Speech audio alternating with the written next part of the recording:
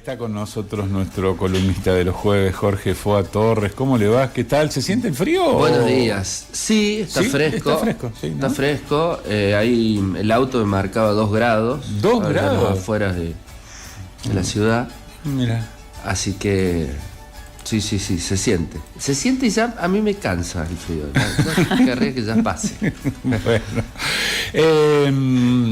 ¿Qué tema nos trae? ¿Con qué arrancamos hoy? Porque después siempre nos vamos por las nubes de Úbeda, diría uno. Bueno, una pregunta que te hago a vos, Sergio. ¿Qué ha pasado con el periodismo? ¿Qué ha pasado con el periodismo? ¿Qué ha pasado con el periodismo? ¿Dónde fue a parar, no? ¿Dónde fue a parar? Pero además, como para profundizar la pregunta y tratar de abrirla, pensando en muchas de las cosas que nos pasan, ¿no? También uno se podría preguntar qué ha pasado con la realidad. ¿Cuál es la realidad que cada uno de nosotros vive hoy en día? ¿No? Sí, es tremendo lo que ha pasado con el periodismo, porque uno que pudo en algún momento o en varios años compartir con grandes periodistas en Buenos Aires, sentir que hoy están desocupados tal vez quienes son las mejores plumas en diferentes ámbitos. Gustavo puede decir quién es Walter Vargas. Quién es Walter Vargas en el periodismo deportivo. Fue el francotirador del Olé, fue el columnista de la agencia Telam, de la desaparecida agencia Telam. Fue de una maravillosa redacción de la agencia DIN, donde estaban Ezequiel Fernández Mur como jefe, donde a Luis Majul le daban esa redacción para cubrir partidos. Era cronista, iba a cubrir los partidos a la cancha. Y Walter Vargas no tiene laburo, un psicólogo social formado, y entonces por ahí sí ves en los medios, decís, ¿qué pasa, no? Claro, porque además si uno hace el ejercicio en la televisión, no por ponerse en un altar, sino por recordar. Claro. Lo que era eso, ¿no? Ir a compartir con colegas, inclusive de otros medios, teóricamente, competencia, pero ir a cenar juntos con los de la agencia DIN, con los de Noticias Argentinas, que era el mismo edificio, Chacabuco 314, a media cuadra de Belgrano, a media cuadra de Diagonal Sur, ir todos juntos a cenar, y charlas riquísimas, más ricas que la comida, que los tallarines de Pipo. O sea, te llenabas de sabiduría escuchando a los más grandes. Hoy es todo, el individualismo te encierra en tus verdades, en claro, lo que te baja en línea y lo que te dicen que podés hablar y lo que no podés hablar. El presidente habla de los periodistas ensobrados, ¿verdad? Sí, bueno, y si uno ve la televisión... Acá es más lindo, le digo, hacer periodismo, porque acá... Claro. Acá, ¿qué le vas a contar a la gente que vive en Disney World si sale a la calle y está lleno de pozos? Por decir. Claro. Acá en las fake news, ¿qué te podés inventar acá si el vecino lo comprueba a las 5 cuadras? O a la vuelta de 2 horas. En cambio, sí que a nivel nacional la cosa está complicada porque... Claro, pero ahí va el punto. Si vos te ponés a hablar del nivel nacional, por ahí ya entras en un problema y entras en ese pantano, ¿no? Sí. Que es, uno pone un canal, es un país. Uno pone otro canal, es otro país. Totalmente. Y yo creo que eso, hay un lugar, voy a ir a eso, que es preocupante, ¿no? También, por ejemplo, la entrevista que le hicieron, creo que la semana pasada, se publicó, la anterior a Diana Mondino. Llamó mucho la atención esa entrevista que le hicieron, creo que en el Reino Unido fue. Sí, la o en cadena, Estados Unidos. La cadena era, curiosamente, Al Jazeera. Claro. Y ahí, ¿qué llamaba la atención de eso? Que el periodista preguntaba. Claro. Y preguntaba incomodando a quien tenía que responder, ¿no? Entonces buscaba alguna respuesta. Intentaba evitar que la entrevistada evada la pregunta, ¿no? Y uno después ve las entrevistas que le hacen a quienes están hoy en el poder en la Argentina, quienes pueden, ¿no? A Sturzenegger, a Milei, a Caputo, y son conversaciones, son charlas. De hecho, Fantino, que es un comunicador, en una entrevista que le hace poco a Milei, una entrevista como de 3 horas, que en realidad dice, no le voy a hacer una entrevista, es una conversación entre amigos. ¿No? Entonces, ¿qué está pasando con esto? Y la pregunta reiterada y que no digo odio, pero que detesto, ¿qué reflexión le merece? Claro, incluso voy a poner un caso más extremo. O sea, le deja picando la pelota en el punto del penal, claro, con el arco vacío. Sí, ¿qué reflexión le merece? O ya en la pregunta está contenida la respuesta. Está contenido además esa afinidad ideológica que tiene el periodista con quien está entrevistando. Entonces, ¿para qué? ¿No? También pasa en C5N. Como pasa en La Nación Más, también pasa en C5N, ¿no? Y llevemos esto a un caso que me parece extremo y muy preocupante. En la Franja de Gaza. Indudablemente se está cometiendo un exterminio planificado de la población de ese pequeñísimo territorio del mundo, pero tan importante, ¿no? Como la Franja de Gaza. Y a diferencia de otras épocas, Sergio y compañeros, compañeras, lo que sucede hoy es que lo podemos ver al instante. La semana pasada asesinaron a todo el equipo de Al Jazeera que estaba en Gaza, a todo el equipo periodístico de Al Jazeera que estaba en Gaza. Lo supimos al instante. No solo que lo supimos al instante, podemos ver imágenes de lo que hace el Estado de Israel en Gaza. Y aún más, lo podemos ver por los medios que están de acuerdo con lo que está haciendo el Estado de Israel en Gaza. Lo podemos ver por X. Y señalados no como periodistas, sino como terroristas, como lo considera el Estado de Israel, que están desarrollando una tarea terrorista. Recordemos en el Holocausto, posterior, digamos, al fin de la Segunda Guerra Mundial, el gran cisma que se da, la gran asombro de la humanidad es empezar a ver las fotos, ¿no? Cuando aparecen las primeras fotos de lo que fueron los campos de lo que fue el Holocausto. Y hoy eso lo podemos ver al instante. Y a veces, yo digo, hablo en primera persona, me canso de verlo. A veces no entro porque digo, bueno, ya está. Pero está ocurriendo. Entonces yo creo que uno tiene el deber de preguntarse qué es lo que está pasando para que esto pueda ser posible. Hablan más las movilizaciones populares en países del mundo. Las ves en las calles de Londres, las ves en Noruega, las ves por las redes sociales porque hay una persona que la sube a las redes sociales. Como la gente dice una cosa que los medios no dicen. Bueno, ahí hay una cuestión fundamental, que también vamos a ver qué pasa con las elecciones que sucedan ahora nomás, en octubre, ¿no? Y el resultado de eso son momentos de movilización popular. Son momentos en donde uno dice, bueno, hay un momento en común. Porque va a ir la punto, gente, Sergio. porque hay tanto descrédito. Claro, va a ir la gente, a las últimas que se han dado en diferentes provincias, no sé, la asistencia más baja de la historia. Como dato que las une, ¿no? Como común denominador, no, la gente no va. ¿Para qué? Y eso es lo que hay que vencer, ¿no? Porque... Y la gente que no va dice, bueno, esto tampoco ya me afecta. Y ahí entramos en el terreno que me parece que es lo que quería plantear hoy. Que, por ejemplo, uno piensa la década de los 90, la década de los 80, a pesar de los cambios tecnológicos, subjetivos que ya había, uno tenía un lugar en donde compartía qué es lo que pasaba. El diario era uno. El noticiero de televisión, sea que a uno le guste más o menos. Pero ahí había una realidad que se compartía, que generaba algún tipo de consenso.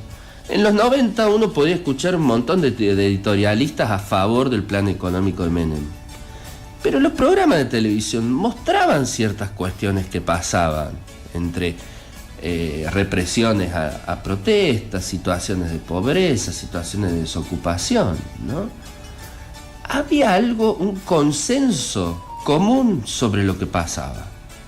Hoy lo que tenemos es que de alguna manera uno se puede autoconstruir la realidad.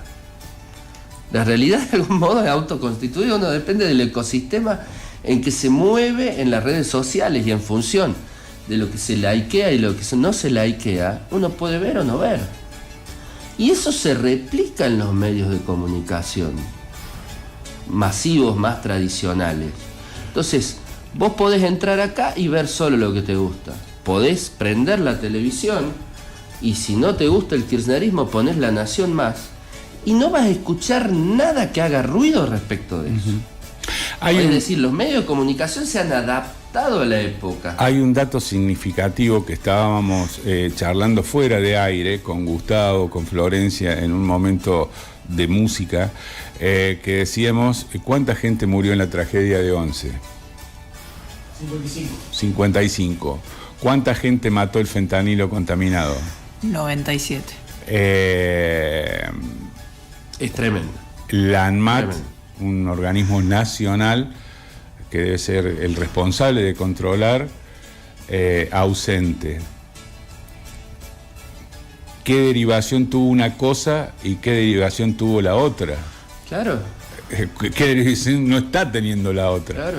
Y aún más, Sergio, vos fíjate que hay cuentas de Twitter, pero también medios, que suben la declaración de Sturzenegger diciendo que está bien que se reduzca la ANMAT y que el problema del fentanilo es la ANMAT. Pasó algo similar con otro caso, el video fake de Kicillof, donde le preguntan a Kicillof da una nota para Futurock con Julia Mengolini, y le preguntan, bueno, ¿qué va a proponer el peronismo, el kirchnerismo en las próximas elecciones? Y editan. Kicillof, viste que es larguero Kicillof encima, da una respuesta larga. Lo editan así chiquito y dicen, no tenemos propuesta. Y evidentemente es trucho. Ahora, lo reproduce el vocero presidencial, lo reproduce el presidente. En la red X, sí. Y yo hacía el ejercicio, entraba ese día, ponía La Nación Más. Y el subtítulo de La Nación Más era Kicillof indignado. Ponés de ATN y decía Kicillof enojado con un video, ¿no? Si vos decís, es complicado.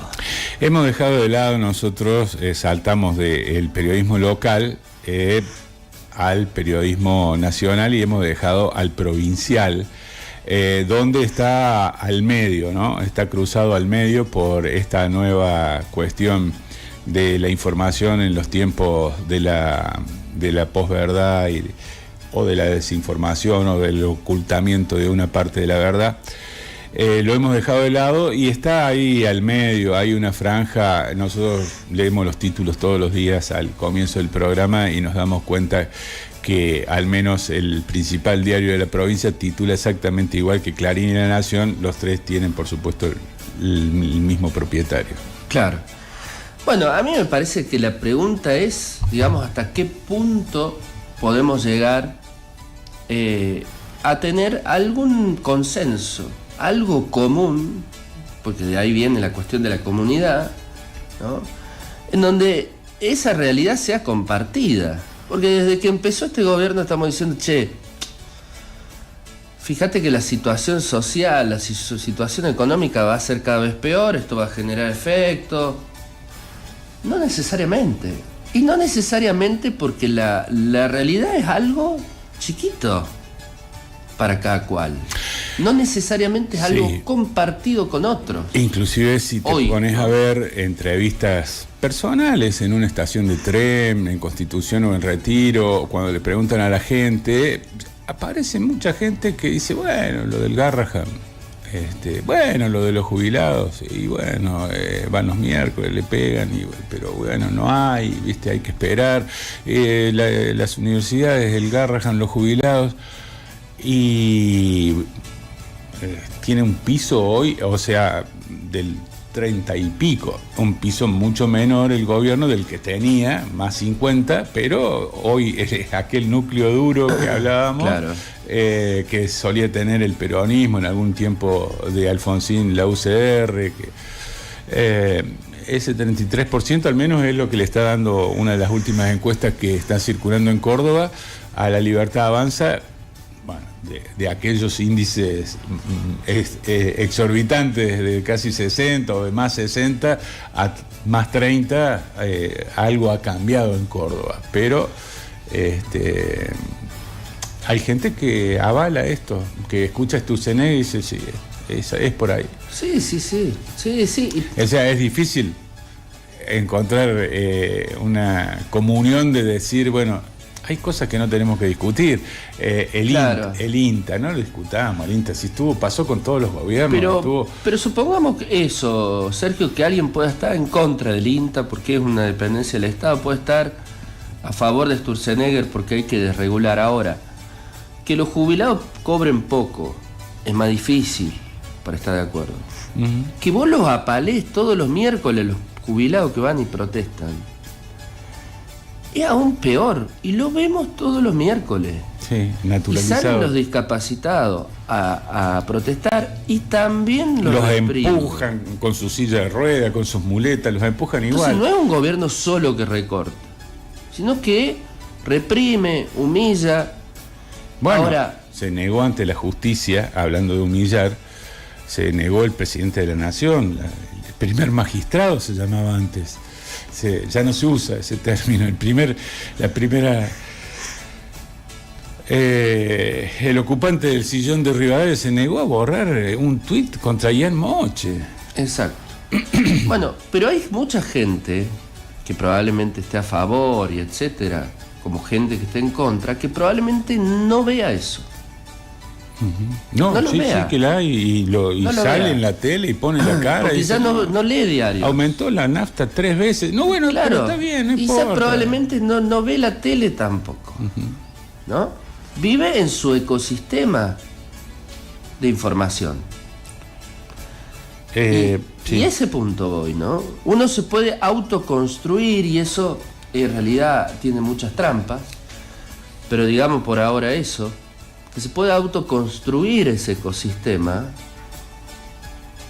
y entonces no hay otro, no hay un lugar común. Si no hay ese lugar común de la realidad en donde de algún modo hay un consenso, hay muchas discrepancias, pero hay un consenso de decir, che, esto está sucediendo y nos pasa a todos, qué difícil construir comunidades. No hay comunidades, en todo caso hay conglomerados de seres humanos, de sujetos sueltos, ¿no?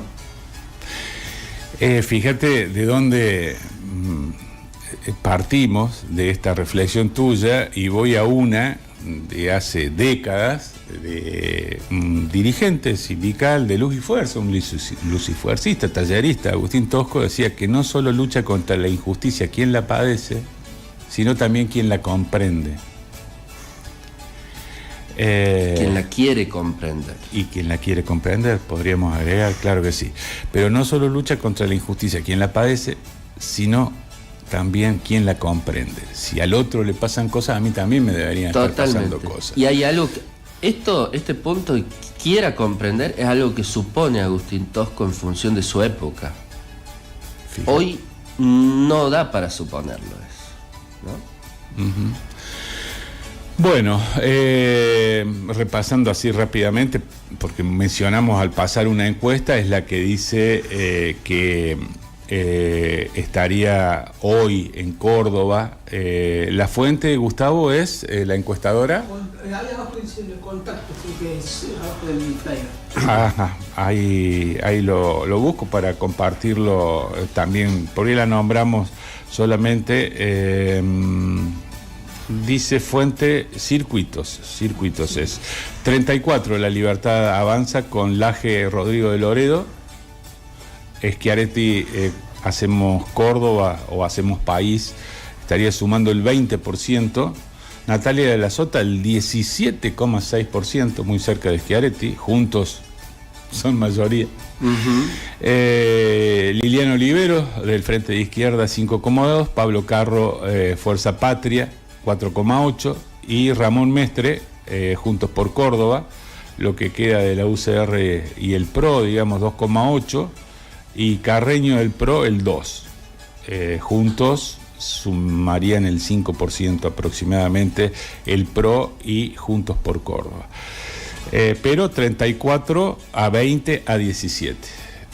Milei o Rodrigo de Loredo y Laje contra Schiaretti y Natalia de la Sota, 34 a 37.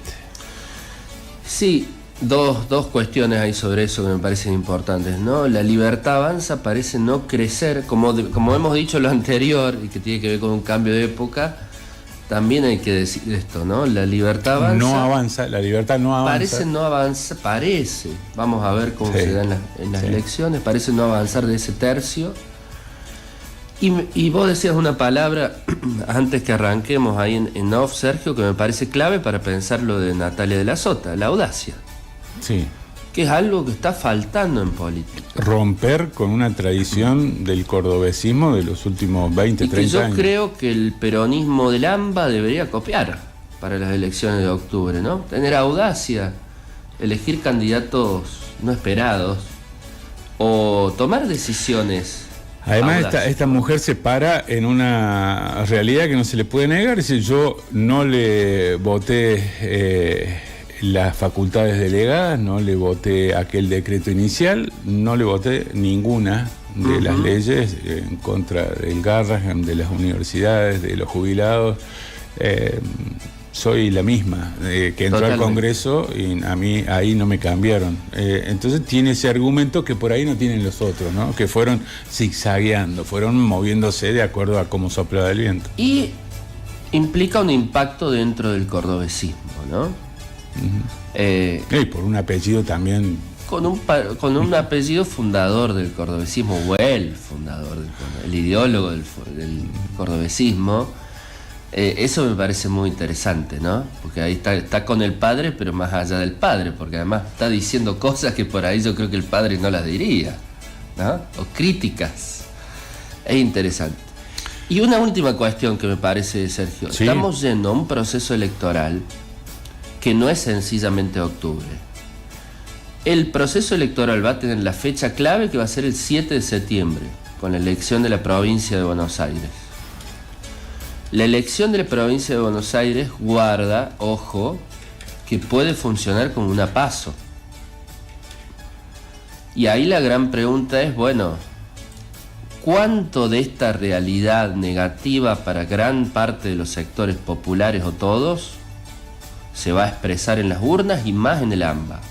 Una elección muy negativa para el gobierno nacional en el 7 de septiembre, o positiva por el contrario, va a tener efectos muy importantes para la de octubre. Sí. O cunde el derrotismo, tiende la gente a salirse de la situación de derrotado, busca por otro lado, no le gusta ser perdedora y si le gusta el triunfalismo, si llega a tener un resultado no malo, bueno, hay créditos para el gobierno Yo creo nacional. que para el 7 de septiembre en provincia de Buenos Aires hay un escenario similar, condiciones similares a lo que fue la elección PASO de 2019.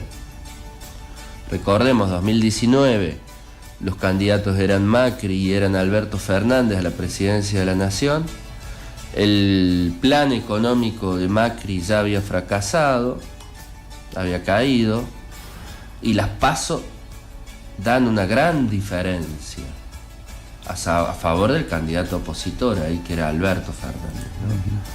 Me parece que hay condiciones que están dadas de manera muy similar a esa hacia el 7 de septiembre, que el gobierno nacional ya está abriendo el paraguas en diferentes aspectos con eso, ¿no?